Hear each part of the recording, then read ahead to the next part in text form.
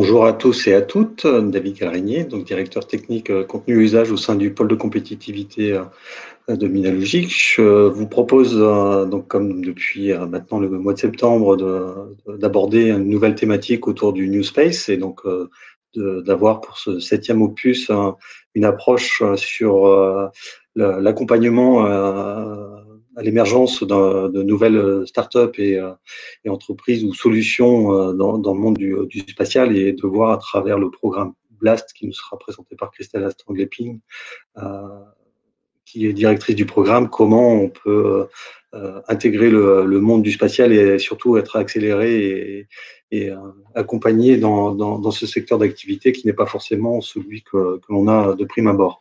Donc pour vous rappeler aussi que cette série de New Space s'inscrit dans une dynamique qui est une dynamique commune avec nos collègues des pôles et clusters du CESU, donc le Centre spatial universitaire de Grenoble, du cluster Aerospace Auvergne-Rhône-Alpes, pour la dimension spatiale. Et pour la partie usage, on est avec le cluster Indura sur la sécurité et la protection des infrastructures, le cluster lumière sur la pollution lumineuse et les approches de l'éclairage, sur le cluster montagne pour tout ce qui est aménagement du territoire, notamment en montagne, SIM pour tout ce qui va être la mobilité, et VG Police Vallée pour tout ce qui est trait à l'agriculture connectée, à l'agritech.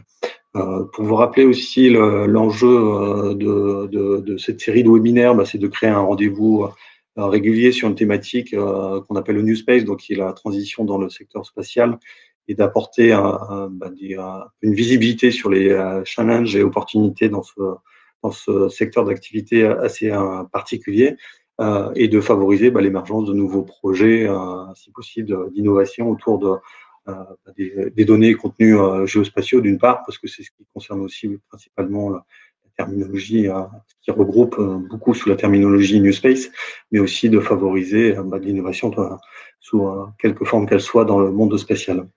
Donc, comme vous le savez, on a déjà abordé plusieurs événements autour de l'imagerie satellitaire, autour des lieux d'expérimentation que peuvent être les planétariums avec des nouvelles approches. On a vu aussi la question de la conception d'un drone pour Mars et les implications que ça pouvait avoir à la fois sur les enjeux d'un dispositif martien. L'actualité a depuis été aussi au rendez-vous pour expliquer toutes les problématiques et aussi de voir l'impact que ça peut avoir pour une activité professionnelle civile. On a vu comment collaborer aussi avec des partenaires académiques, notamment le CESUC. On a abordé la question de la servicialisation, donc le fait d'avoir de plus en plus, de par le développement de la partie privée du spatial, des offres de services qui se développent, notamment aujourd'hui autour de la station orbitale. L'actualité, de nouveau, nous permet de valider ce genre d'approche. Le mois dernier, nous avons abordé la question de la radiation et de l'impact, l'intérêt aussi de prendre en compte, notamment pour les fabricants de matériel, de pouvoir disposer d'infrastructures de test pour pouvoir soit intégrer ce secteur du spatial qui est exigeant aussi en termes de sécurité. Aujourd'hui, donc, le programme d'accompagnement BLAST, et à venir, nous aborderons au mois de mai le militaire spatial et les environnements contraints au mois de juin. Très rapidement aussi, quelques informations. Donc, comme je vous l'avais déjà exposé le mois dernier, dans le cadre des plans de relance, un plan de relance spécial pour le secteur spatial a été lancé depuis le début de l'année. Donc, on va faire un focus sur le volet C qui comprend un appel à projet qui est aujourd'hui en cours et qui est ouvert jusqu'au 17 mai 2021 et qui a pour vocation de favoriser les innovations technologiques à partir notamment des données et contenus géospatiaux, donc sur les domaines applicatifs. L'appel à projet est dédié aux startups et PME, avec la possibilité de financer des entreprises 3 lauréats à hauteur de 50 000 euros, 75 000 euros, 100 000 euros, en fonction des thématiques Là, c'est peut-être écrit un peu petit, mais sur le cahier des charges, vous verrez que par rapport à l'implication des régions dans cet appel à projet, des thématiques ont été identifiées, notamment en lien avec les problématiques régionales. Et donc, il y aura 3 lauréats par région, et ces lauréats seront mis en valeur lors d'événements spécifiques qu'on appelle les Pitch Day, qui auront lieu durant le mois de septembre et d'octobre cette année. Et donc, je vous invite déjà à revenir vers moi si vous êtes intéressé, puis à postuler et à creuser la question par rapport à cet appel à projet. Deuxième information aussi, gardez en tête pour ceux qui sont impliqués sur les nanosatellites qu'un appel à projet devrait ouvrir aussi très prochainement dans le cadre du volet D de ce plan de relance du spatial.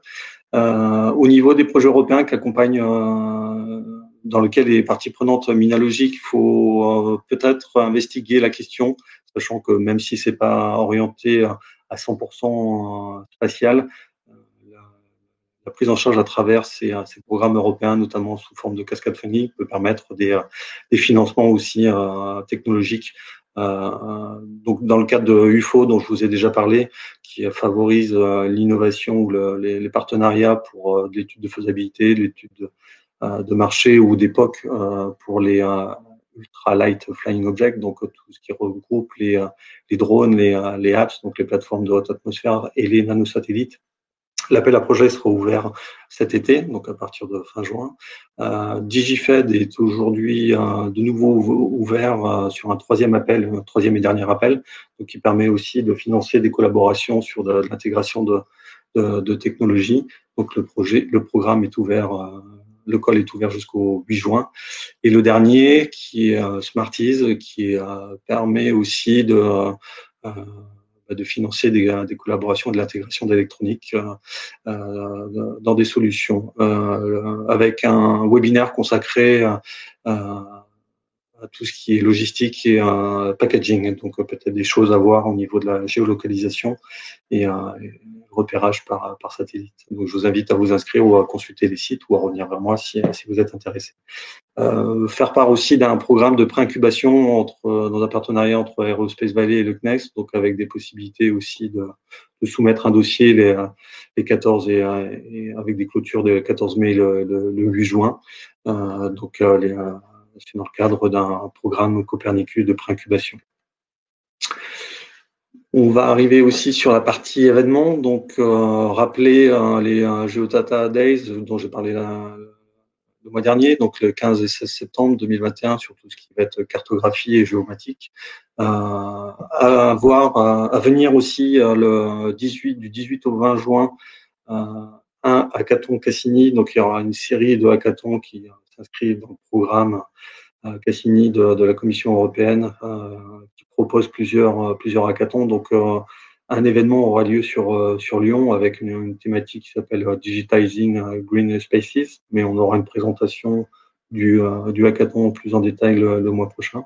En tout cas, restez activement connectés si cela vous intéresse. Le site ne devrait pas tarder et comme je vous le disais, on aura plus d'informations le mois prochain. Je vais passer la main aussi à deux intervenantes que sont Maxime Benacom et Sandrine Dervin de Proximum Group qui vont vous parler de Space4, qui est un rencontre de one-to-one online meetings. Donc je vous passe la main, Sandrine, Maxime, c'est à vous.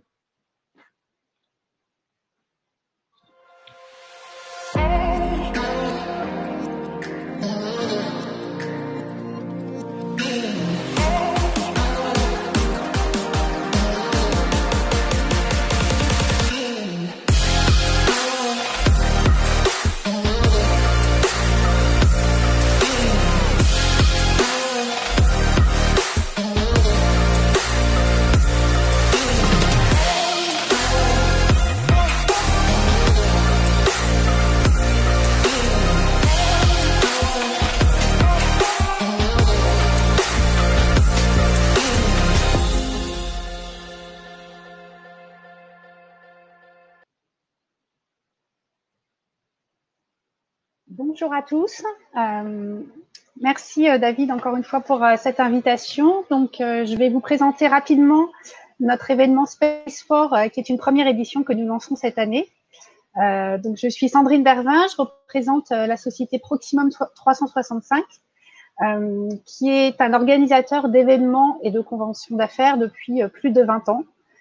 Notre marque de fabrique, c'est vraiment l'organisation de rendez-vous one-to-one meetings et le matchmaking préqualifié entre des donneurs d'ordre et des offreurs de solutions. Donc vraiment, notre spécificité, c'est de permettre à nos participants de participer, de prendre part à des événements avec des rendez-vous préqualifiés qui leur permet de s'assurer un retour sur investissement très fort. Donc ça, c'est vraiment notre marque de fabrique.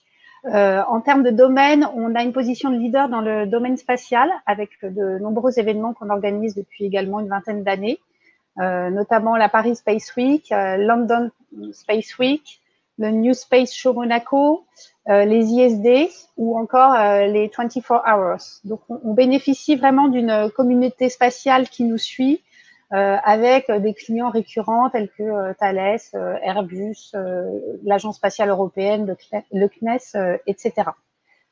Donc ça, c'est vraiment la communauté qui nous suit. Mais par ailleurs, Proximum 365 organise aussi d'autres événements dans d'autres domaines d'application, avec notamment un focus très important sur l'industrie et l'innovation, ce qui nous permet d'avoir des donneurs d'ordre auxquels on s'adresse, issus de domaines très variés tels que l'agriculture, la mobilité, l'industrie automobile, l'industrie pétrolière, etc. Donc, fort de ce savoir-faire et de cette expertise, et d'un constat qui est le sujet de ce webinaire aujourd'hui, constat qui est qu'on voit que beaucoup de secteurs aujourd'hui et de domaines d'application ne connaissent pas ou n'exploitent pas la technologie spatiale. Donc, David, vous avez mentionné l'agritech, qui est bien connue aujourd'hui, avec comment on utilise les données spatiales pour optimiser les rendements au niveau de l'agriculture. Mais il existe tout un pan de l'industrie qui pourrait bénéficier de ces technologies, mais qui n'en ont pas la connaissance aujourd'hui. Et nous, on constate par le croisement à la fois de nos communautés spatiales et de nos communautés sur les événements industrie, on voit que voilà, il y a un sujet qui est méconnu et c'est la raison pour laquelle on a décidé de lancer cette année un nouvel événement qui s'appelle Space4, qui aura lieu les 22, 23 et 24 juin prochains et qui se déclinera en 3 grands volets. Donc, un volet Space for Earth, un volet Space for Mobility et Space for Telecom. Donc, l'idée, c'est d'adresser une audience et un segment de marché qui ne connaît pas encore le domaine spatial et d'avoir ce format à la fois digital et sur 3 jours, un jour par thématique, pour permettre à des donneurs d'ordre de secteurs exogènes de venir ces événements sans s'engager trop en termes de temps, puisqu'on sait qu'on court tous après le temps aujourd'hui. Donc, pour entrer un peu plus dans le détail,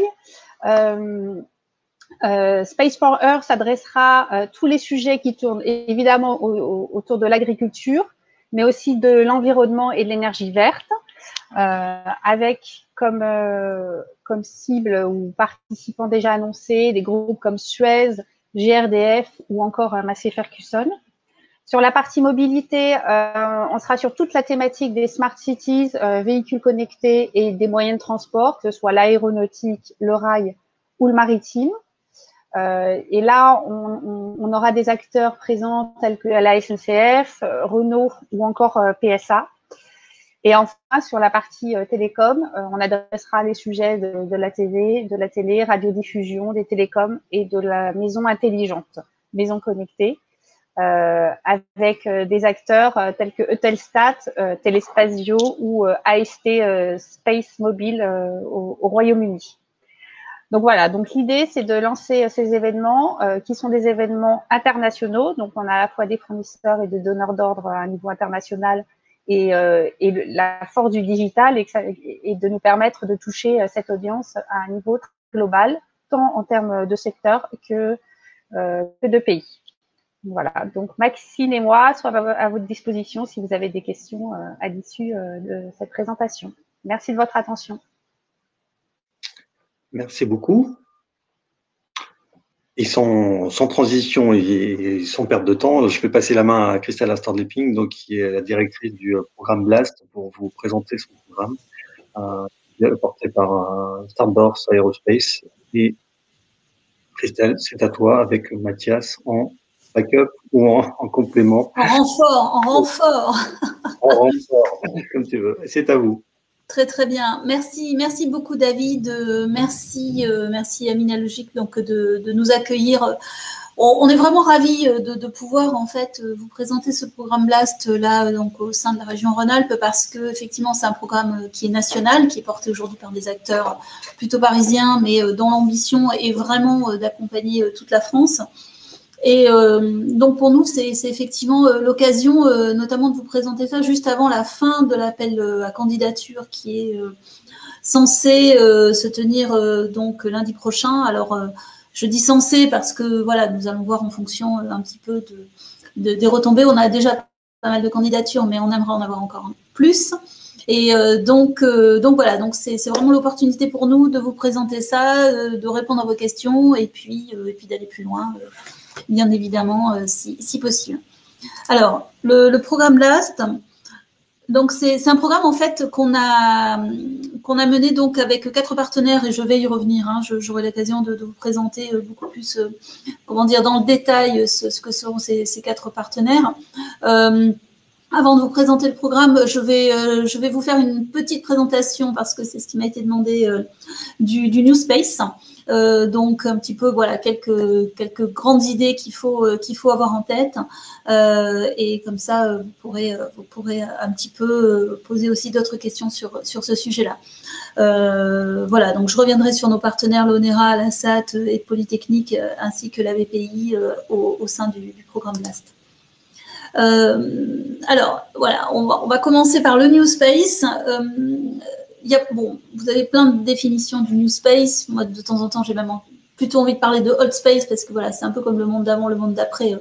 Quand on parle de Old Space, finalement, on voit bien ce que c'est. Et en gros, le New Space, c'est un petit peu, en gros, le contraire de ce qu'on faisait jusqu'à présent. C'est un peu la différence d'organisation, d'acteurs. Et donc, là, on vous a mis une jolie phrase, je pense, une jolie définition, hein, le nouvel âge de l'industrie spatiale et économique. Donc, en fait, qui est effectivement posé, caractérisé par plusieurs éléments qui vont effectivement constituer ce New Space. Déjà, la première chose, c'est l'ouverture à des investisseurs privés, à des acteurs privés, alors qu'ils sont investisseurs d'ailleurs, ou start-up ou acteurs.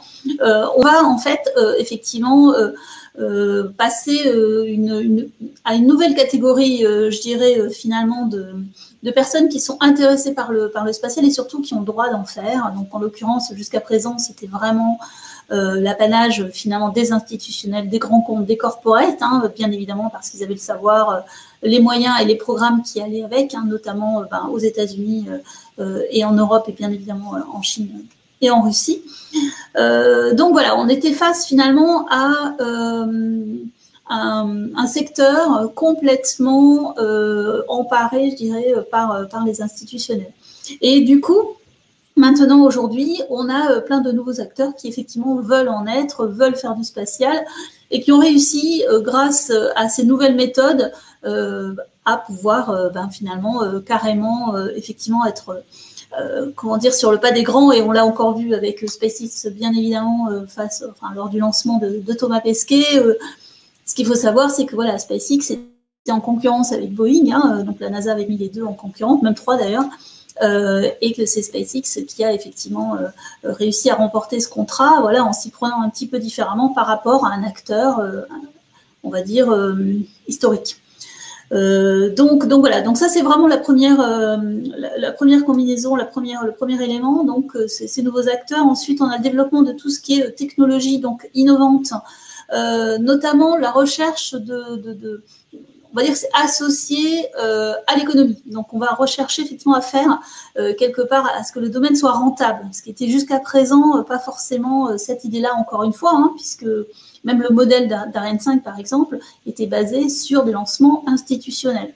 Et en fait, il s'est avéré que finalement, bah voilà, il répondait à un besoin commercial, mais c'était pas l'ambition en fait au début.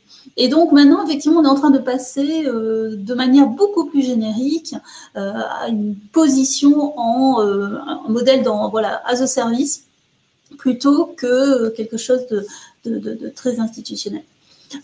Et ensuite, on a effectivement cette nouvelle synergie finalement entre la technologie et l'économie, avec tous ces investisseurs, ces nouveaux investisseurs, donc des personnes qui jusqu'à présent ne croyaient pas forcément dans le spatial pour investir et qui finalement se sont rendus compte, encore une fois, je pense aussi beaucoup grâce à Elon Musk, que le domaine était rentable. Donc que financièrement, voilà, ça pouvait rapporter. Et effectivement, bon, il y a les lanceurs.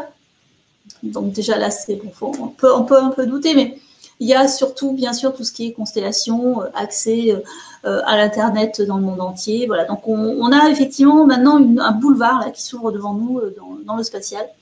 Et c'est ça qui fait, je dirais, toute la saveur finalement de ce New Space.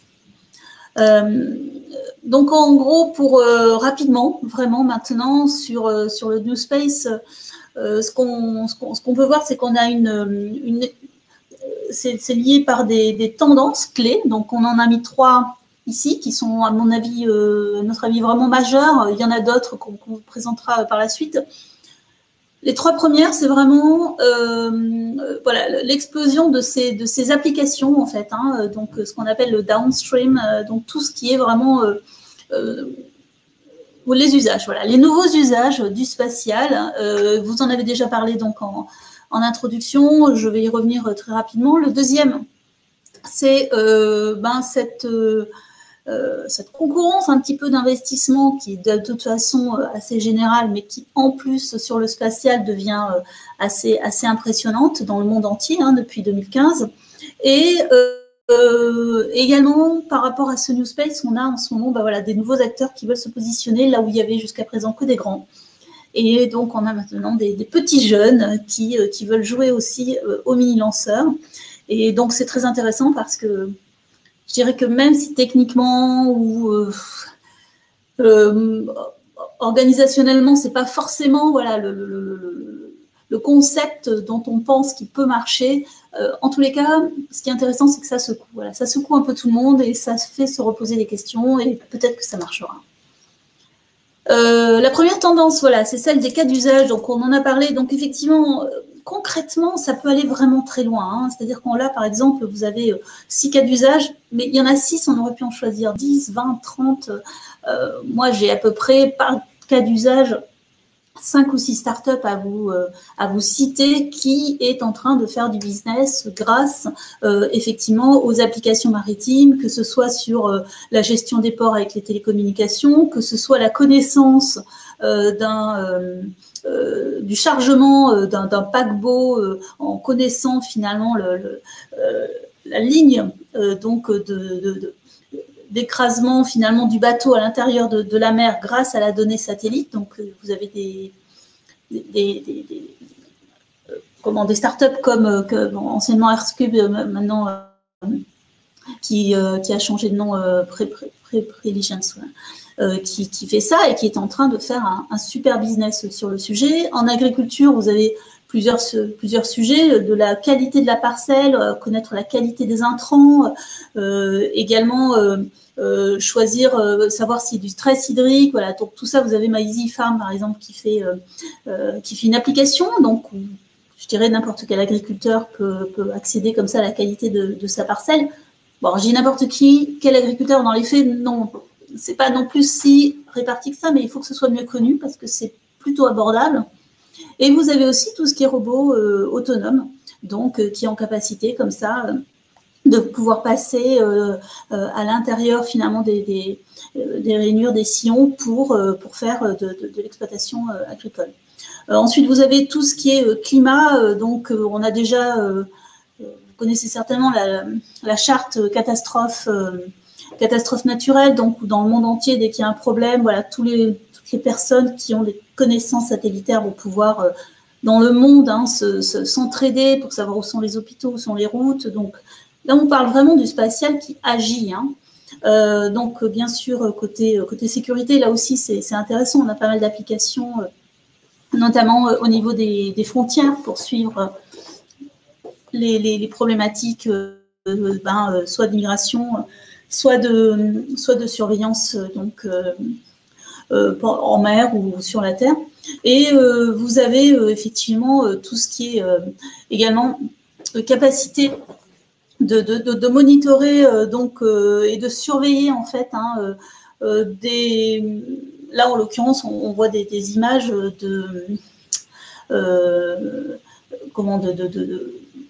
de bidons en fait d'essence ou de fuel ou de gaz, et dont on peut voir à distance avec le satellite la qualité finalement de remplissage, et comme ça vous pouvez connaître les flux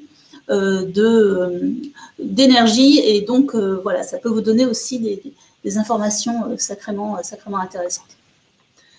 Là, j'essaie d'accélérer un petit peu. La deuxième qualité finalement ou tendance de ce fameux New Space, c'est l'investissement. Donc là, vous avez une planche qui vous montre l'investissement privé finalement dans le monde, de ce qu'on voit de plus en plus dans les startups. Et ce qui est assez extraordinaire, voilà, vous le voyez en 2020, on est pratiquement à un quart d'investissement mondial qui se fait dans des startups du spatial.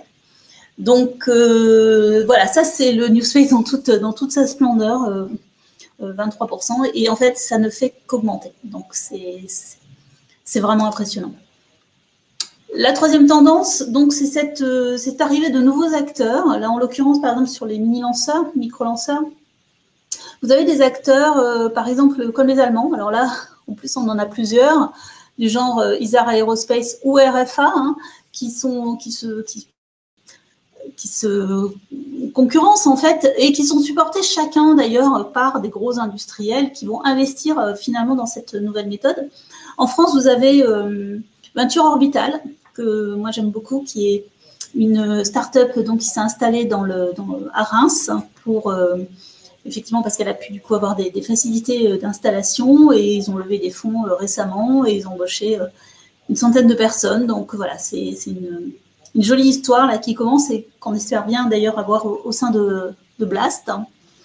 Et ensuite, vous avez tout ce qui est rideshare, c'est-à-dire le partage de ces charges utiles, où effectivement on va travailler du coup sur des regroupements finalement de ces charges utiles. Et donc voilà, vous avez SpaceX, Arianespace, ou même l'agence spatiale indienne qui travaille sur ces nouveaux modes, on va dire, de mise en orbite. Ensuite, j'en suis. Voilà, les 4 autres donc tendances. Pour finir sur cette histoire de New Space, c'est vraiment le fait de parler de constellation. Vous en avez forcément entendu parler, donc avec SpaceX qui veut mettre 40 000 satellites autour de la Terre pour justement assurer une connexion parfaite sur tout le globe, et de se positionner effectivement sur le service avant tout. Ensuite, vous avez ces nouvelles alliances entre les acteurs donc institutionnels et les nouveaux, les acteurs du New Space. Bon, typiquement, la NASA et SpaceX en est un exemple, je dirais, frappant, puisque vous avez finalement SpaceX qui va répondre à la NASA pour, en l'occurrence, par exemple, envoyer Thomas Pesquet dans l'espace, mais qui peut, de toute façon, de son propre chef, envoyer qui veut, puisqu'il est propriétaire de sa capsule et de son lanceur. Donc ça, c'est vraiment intéressant parce que c'est une nouvelle manière de fonctionner. Vous avez tout ce qui concerne le sol, c'est-à-dire, effectivement, ce qu'il faut bien comprendre, c'est que une fois que vous avez lancé vos satellites, voilà, il faut récupérer les télémesures, et tout ça se fait avec des stations au sol, et donc en fait l'un ne va pas sans l'autre. Bien évidemment, on en parle beaucoup moins parce que voilà, ça fait un peu moins rêver et c'est peut-être moins sexy, mais en tous les cas, il y a quand même un très très gros enjeu aussi pour récupérer cette fameuse télémesure aux bons endroits sur un petit peu toute la planète.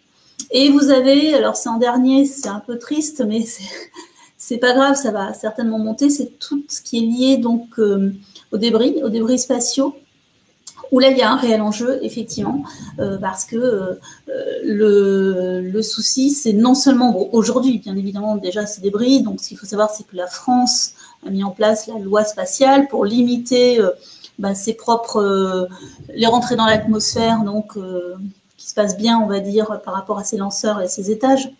Mais d'abord, il n'y a que la France qui a fait ça, en tous les cas que l'Europe. C'est pas vrai pour tous ceux qui envoient des objets dans le ciel. Et ensuite, vous avez voilà, tous ces gens qui veulent envoyer toutes ces nouvelles constellations.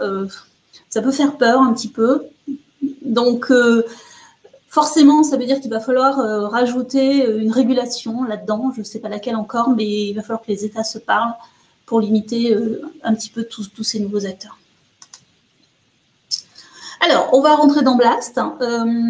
Du coup, pourquoi Blast? Blast est né, en fait, c'est une histoire qui n'est pas nouvelle. Ce qu'il faut bien comprendre, c'est que Blast, c'est né parce que, d'abord, on a effectivement toute cette vague d'innovation avec ces nouveaux acteurs non traditionnels. Effectivement, ces investissements qui, comme vous l'avez vu, commencent à devenir quand même assez impressionnants. Et du coup, ça permet effectivement de beaucoup plus vite que ça n'était avant, on va dire, passer finalement des ruptures technologiques ou les pousser. Ou en tous les cas, se laisser la possibilité d'aller au fond, au bout, on va dire, de ces nouvelles technologies, là où peut-être avant, avec une organisation un petit peu plus institutionnelle, elles auraient été arrêtées, je dirais, à TRL 1 ou 2, en passant le tamis de la R&T habituel. Donc du coup, un autre constat pour Blast, c'était que la France manque de start-up du spatial, notamment spatial, aéronautique et défense. Et donc l'idée, c'était vraiment de créer un programme qui soit dédié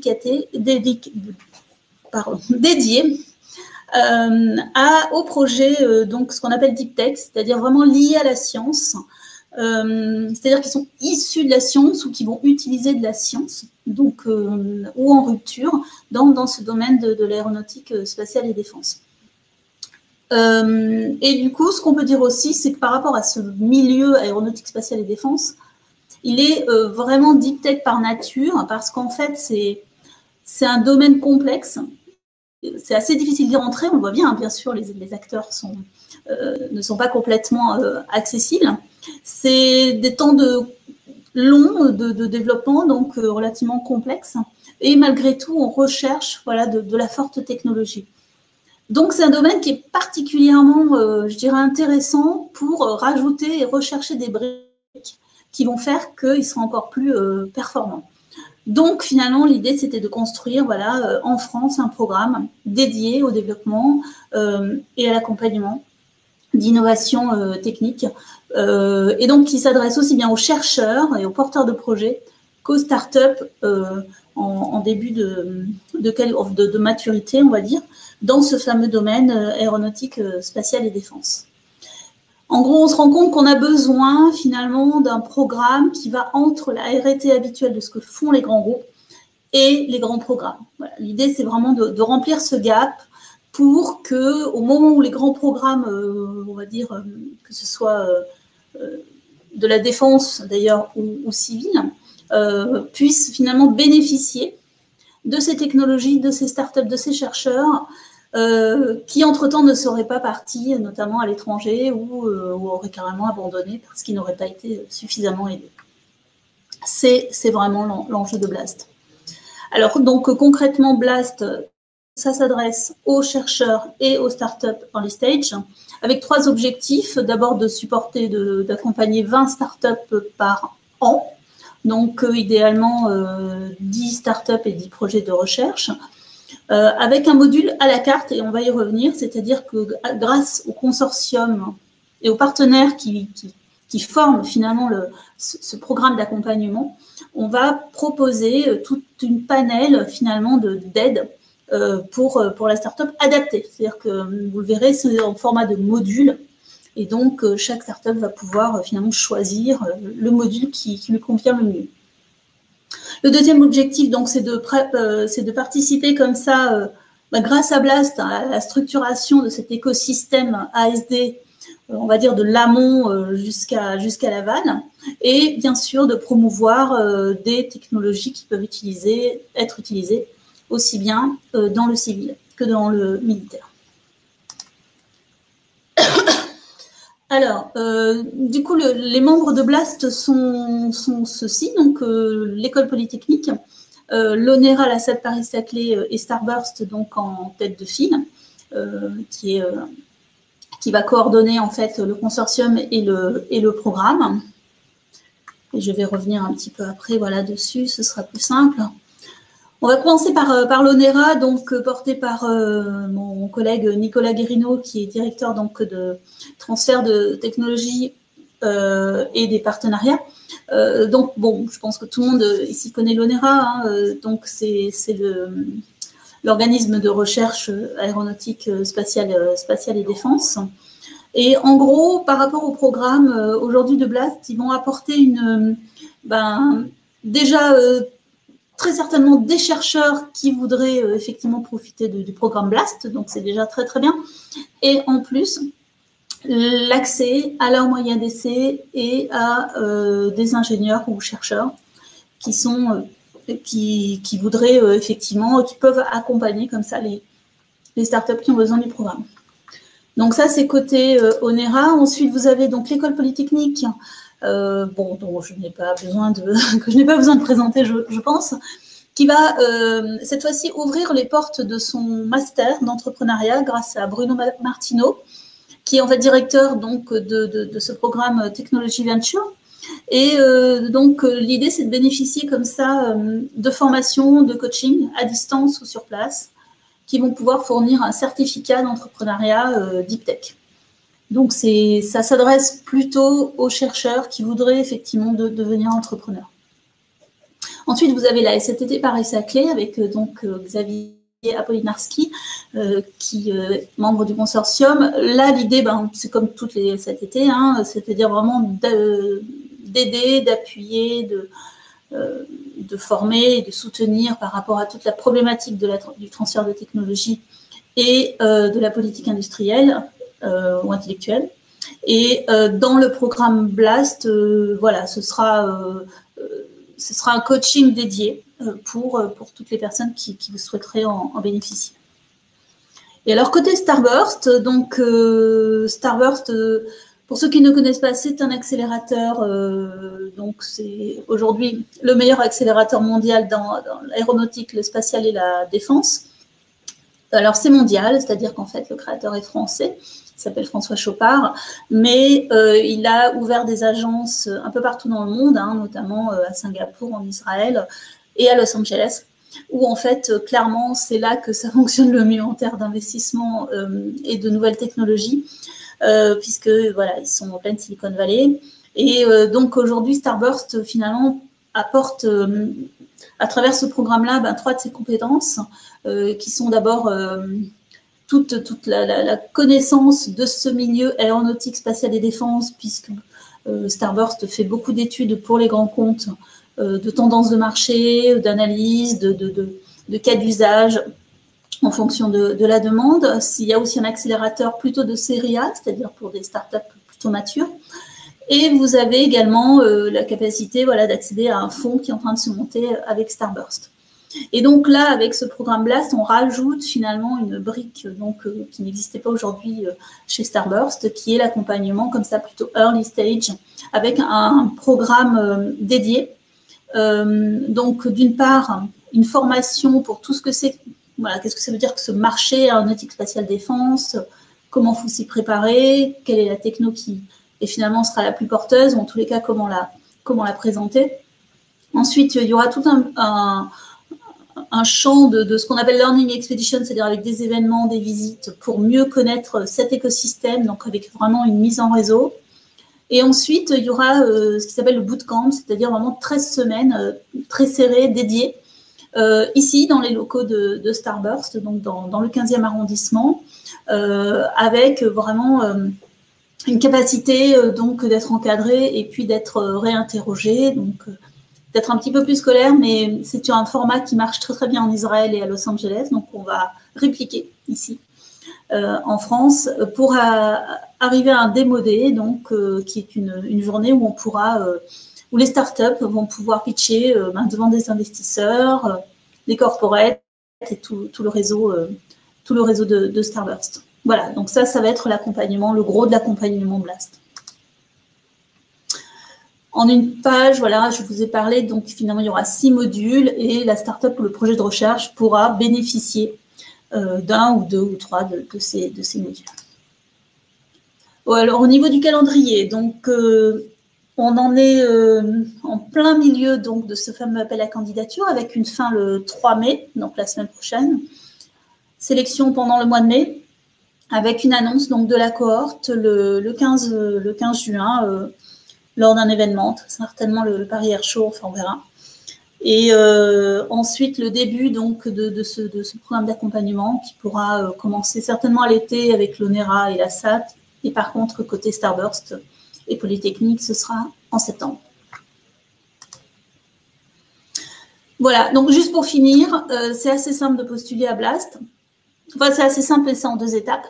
Il faut d'abord s'inscrire sur le site blastaccelerator.com pour vous faire connaître, donc très vite. Et ensuite, on vous envoie en fait un dossier à remplir en ligne détaillé, un formulaire, voilà, qui vous permet de répondre à plusieurs questions, mieux vous connaître.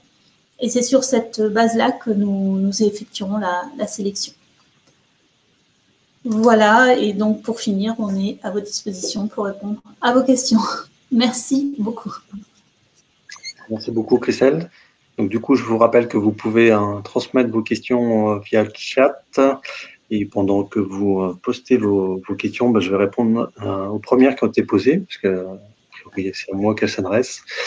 Donc, la première, c'est par rapport à Vernon. Je suis pas sûr de pouvoir beaucoup répondre à la question, sachant que tout ce que je peux dire, c'est que dans le cadre du plan de relance, il y a plusieurs volets. Il y a un aspect à Vernon. Donc, Vernon, c'est en Normandie. Peut-être que tu es plus au fait, Christelle. Non, je peux peut-être t'aider 2 minutes là-dessus. En fait, c'est sur les ergols verts, je crois. Il y a tout un pan sur effectivement je crois qu'il y a un développement et des essais très certainement qui sont faits sur les ergols verts à Vernon dans le cadre de en gros les nouvelles la nouvelle propulsion plus green dans le cadre des lanceurs. Voilà.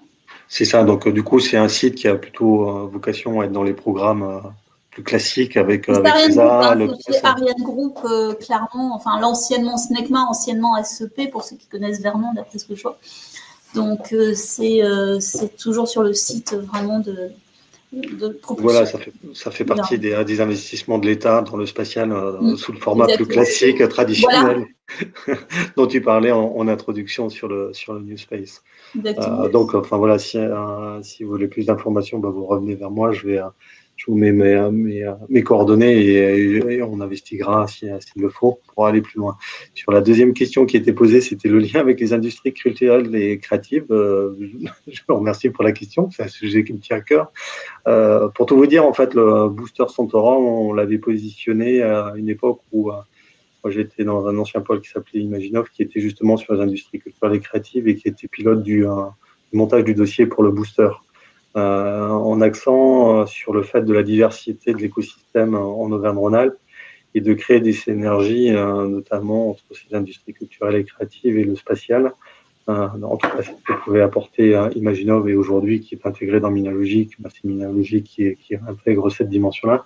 Mais il faut savoir que sur cette question-là, on avait posé une candidature assez originale en s'appuyant sur les écosystèmes de jeux vidéo, comme vous savez, qui utilisent beaucoup le domaine de l'espace comme terrain de jeu.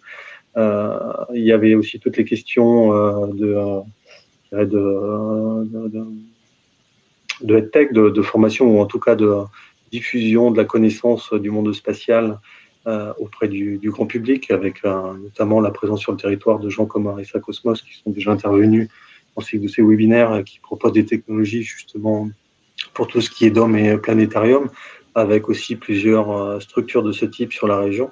Et après, on avait aussi des problématiques même de médiation entre chercheurs, sachant que la science spatiale, et aujourd'hui on le voit avec les grands programmes européens qui peuvent très bien concerner la protection de la planète, l'environnement, etc., qui vont faire appel à différentes sciences, nécessitent aussi parfois des outils de médiation entre chercheurs eux-mêmes pour comprendre un peu les enjeux dans chacune des sciences concernées. Donc on était parti dans cette optique-là d'avoir aussi de l'innovation dans ce croisement entre secteurs d'activité des industries culturelles et créatives et du spatial.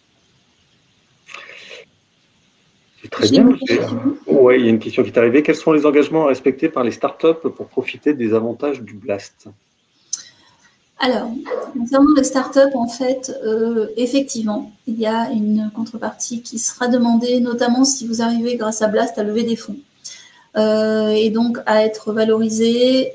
Et donc dans ce cas-là, nous, ce qu'on propose, enfin ce qu'on demande d'ailleurs, c'est une prise de participation. Donc au sein de la start-up, une prise de participation, pas que de Starburst, une prise de participation du consortium. C'est important, ce qu'il faut bien comprendre avec ces histoires de prise de participation, c'est que, bon, bien évidemment, c'est un pourcentage très faible, moins de 5% pour participer donc à quelque part au développement de la start-up. Mais ce qu'on cherche à faire, en fait, c'est à rester aussi un petit peu proche de vous pour vous accompagner, je dirais, dans le long terme. Donc voilà, l'idée, c'est pas non plus de vous accompagner un coup et puis de vous laisser tomber. Si on investit, je dirais, dans votre start-up, c'est aussi parce qu'on croit en vous et qu'on voudrait vous accompagner longtemps, jusqu'à votre sortie en licorne. Voilà. Donc, c'est bien comme ça qu'il faut l'avoir en tête. Et c'est surtout ça qui est demandé. Sinon, il n'y a aucun critère, je dirais, d'ancienneté, de taille, ni de levée de fonds d'ailleurs. En fait, si vous pensez qu'il y a un des modules de BLAST, plusieurs qui est vraiment majeur et qui sera intéressant pour vous, que ce soit la mise en relation, l'écosystème, l'ouverture ou le test de l'ONERA, enfin, voilà. L'idée, c'est que vous puissiez en profiter. Très bien, je vois qu'il n'y a pas d'autres questions. Par contre, moi, j'en ai une. Tu évoquais aussi l'aspect parisien pour l'instant du programme et la volonté aussi de partager potentiellement ou de régionaliser la démarche. Est-ce que tu peux nous en dire un peu plus aujourd'hui sur cette démarche-là ou c'est quelque chose? Alors, cette démarche, elle est ouverte avec les régions. En fait, l'idée, ce serait qu'on ait un BLAST, on va dire, un BLAST agrandi, un BLAST qui s'étend au fur et à mesure des années. Et là où on propose aujourd'hui 6 modules, l'idée c'est que voilà, à terme on en ait plus, notamment qu'on ait des modules émanant des régions. Donc en fait, ce qu'il faut bien voir, c'est qu'il y a dans ce programme absolument aucune volonté que des startups qui soient basées par exemple en Rhône-Alpes viennent déménager à Paris. C'est absolument pas l'idée du tout. L'idée, c'est qu'elle profite de ce programme qui est aujourd'hui effectivement national et dont le bootcamp, je pense, restera de toute façon sur Paris. Mais que par contre, ils puissent effectivement s'étoffer avec du coup une participation des régions notamment pour pouvoir effectivement de manière un peu plus locale apporter de l'aide. Par exemple, l'ONERA, j'en ai parlé justement avec le directeur de la valorisation. Je disais, voilà, ce qui serait vraiment fantastique, c'est de pouvoir aussi accéder à tous les moyens d'essai de l'ONERA, typiquement à Modane. Aujourd'hui, c'est pas forcément complètement ce qui est prévu dans le programme, mais ça pourrait l'être si effectivement il y a cet enjeu un petit peu délocalisé, complémentaire par rapport aux régions. Donc là, on est en train de présenter le programme aux régions et de voir comment effectivement chaque région avec ses partenaires locaux, peut comme ça finalement rajouter des briques modulaires à BLAST. D'accord. Je vois que Axel est en train d'écrire en ce moment, donc j'attends avidement sa question avant de poser une éventuellement. Dans notre cas, nous avons déjà levé des fonds en travaillant avec une grande agence spatiale sur un projet. En revanche, nous travaillons sur d'autres industries que le spatial. Donc, ouvert aux industries qui ont un focus plus large que le spatial. Quels sont vos interlocuteurs en région? Alors, juste du coup la première, donc oui, c'est plus long, oui, c'est plus large que le spatial parce qu'encore une fois, c'est aéronautique, spatiale et défense. Voilà. Donc c'est pas forcément tous les domaines, hein, encore une fois, mais c'est élargi à l'aéronautique et à la défense. Donc, si vous avez une technologie qui est utilisée effectivement pour le spatial, mais qui peut être utilisée dans ces autres domaines, c'est intéressant. Encore une fois, voilà, même si vous avez levé des fonds, ça peut être quand même intéressant pour vous. Ça peut élargir effectivement la connaissance aussi globale de ce domaine-là et les interlocuteurs. Donc, voilà, tout dépend de votre volonté.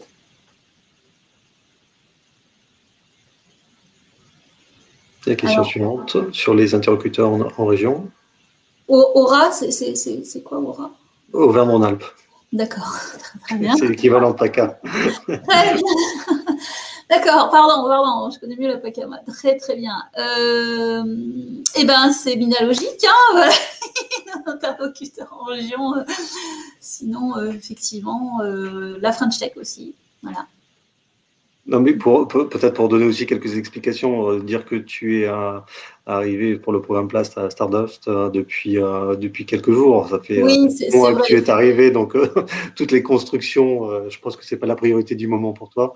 Mais enfin voilà, nous, ce qui nous intéressait aussi dans cette démarche-là, c'est de voir comment aider Stardust à construire ce relationnel régional et notamment en région. D'accord. Alors effectivement, ce relationnel, il est effectivement un petit peu lié à moi là pour le coup, puisque juste avant d'arriver chez Starburst, moi j'étais au CNES, au Centre national d'études spatiales. J'étais en charge d'un programme qui s'appelait Connect by CNES.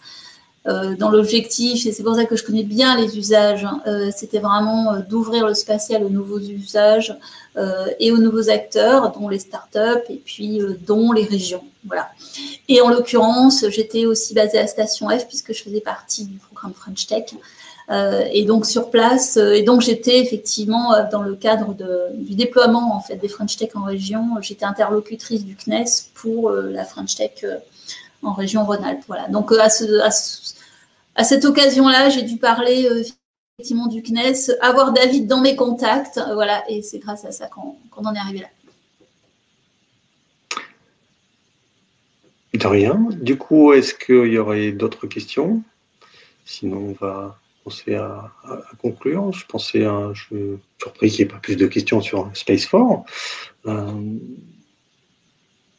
Du coup, je voulais savoir, Sandrine, si sur les rendez-vous, de ce que je voyais sur le site web, j'avais l'impression qu'il y avait un monde virtuel. Est-ce que c'est le cas ou est-ce que c'est un mode de matchmaking basé sur la vidéo classique, où il y a aussi possibilité d'exposition à travers un monde virtuel?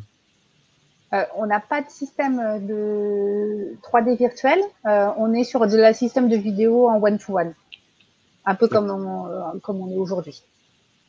Okay. On n'a pas encore le virtuel. C'est vrai qu'on nous le demande parfois, mais pour l'instant, on se concentre sur le matchmaking, les algorithmes. Et après, on mettra peut-être plus d'avatars, de choses comme ça. Mais pour l'instant, c'est pas l'ordre du jour. Ok, très bien. Bon, juste une question, du coup, moi, par rapport à Space4. Du coup, donc ce sera un événement qui sera totalement, effectivement, en ligne, en fait. Hein, c'est ça? Oui, oui. Bah, comme on se tient au mois de juin, quand on l'a lancé, on n'avait pas encore la visibilité nécessaire, donc on part sur un modèle 100% en ligne, mais on n'exclut pas l'année prochaine de le faire sous format hybride, évidemment, dès qu'on en aura la possibilité. Et qu'est-ce qui a déterminé les 3 thématiques? C'est les partenaires qui se sont manifestés? C'est un choix par rapport à, je dirais, une offre marché? Ça ressemble beaucoup à du Connect by CNES, moi, je dirais. C'est plutôt des remontées de nos clients, à la fois remontées de nos clients d'un côté et de l'autre côté la communauté qu'on connaît bien sur la partie industrielle. Et notamment la mobilité, le Renault PSA travaille beaucoup avec nous, donc plus par affinité sur des secteurs où on avait déjà une audience captive. Parce que l'idée, c'est d'apporter. Sandrine, vous faites du coup le lien avec le maritime. Là, pour le coup, effectivement, on a des contacts, si ça peut vous intéresser, parce que nous, le maritime, on l'a très, très, très fortement développé dans Connect by CNES, notamment avec des partenariats avec des acteurs comme CMA CGM qui se sont rendus compte que grâce à la donnée spatiale, ils pouvaient économiser du coup en fuel près de 600 millions d'euros par an parce que du coup ils allaient pouvoir naviguer le long des courants. Enfin, je vous la fais courte, hein, mais c'est un peu ça. Ouais. Et voilà, donc ce sont des nouveaux acteurs qui sont en train de s'emparer du spatial. Encore, c'est ce que je disais, parce que financièrement, voilà, c'est intéressant. Et avec plaisir pour en parler. Oui, évidemment, ouais. On est intéressé. Très bien, on va rester sur cette note positive et ce début de collaboration naissante pour conclure ce webinaire. Donc encore merci pour votre participation déjà au public et puis à vous, Christelle et Sandrine, pour les interventions. Je vous donne rendez-vous le mois prochain pour aborder la question du spatial militaire, donc avec le LISA, qui est le laboratoire d'innovation pour le spatial de l'armée, et aborder un peu les opportunités aussi d'accompagnement à la fois sur des technologies duales, militaires et civiles, à travers les besoins exprimés par le LISA et comprendre un petit peu comment fonctionne le spatial militaire qui représente aussi d'énormes enjeux. Je voulais aussi faire un grand merci à ma collègue Nathalie qui a pris un peu de son temps de ses congés pour m'assister. Elle ne me savait pas autonome sur l'outil, donc elle a pris du temps sur ses congés. Je la remercie énormément. Et puis, je vous donne rendez-vous au mois prochain, le 25 mai, pour le prochain webinaire. Merci beaucoup.